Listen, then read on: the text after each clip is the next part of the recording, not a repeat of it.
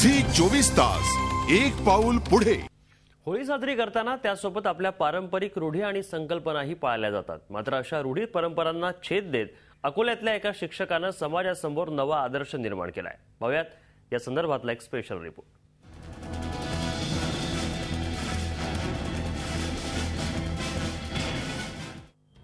होळीला पुरणपोळीचा नैवेद्य दाखवण्याची परंपरा महाराष्ट्रात पूर्वापार चालत आली आहे।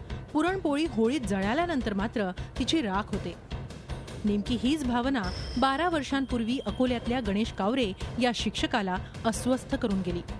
या अस्वस्थतेतूनच जन्माला आली एक चळवळ। होळीचा नैवेद्य अर्थात पुरणपोळी अग्नीत जाळण्याऐवजी ती गरीब आणि वंचितांना वाटण्याची। 12 वर्षांपूर्वी अकोल्यात सुरू झालेला हा उपक्रम आता राज्याच्या सीमा ओलांडत परराज्यातही सुरू झालाय। आज हा वृक्ष एवढा फोफावला की महाराष्ट्र सोडून इतर 4 राज्यात देखील याचं लोण पसरलेलं आहे आणि स्वतःहून लोक आता पुरणपोळी न जाळता ही लोक सेव्ह करून राहिले आणि एक प्रकारची शेतकऱ्याच्या श्रमाचं चीज करून राहिले। गणेश कावरेंच्या या उपक्रमाचा गोडवा वंचितांनाही चाखायला मिळतोय।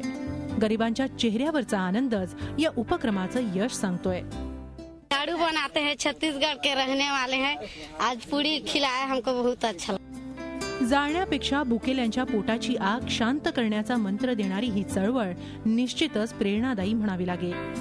झी 24 ताससाठी अकोल्याहून जयेश जगडसह ब्युरो रिपोर्ट, मुंबई। झी 24 तास एक पाऊल पुढे।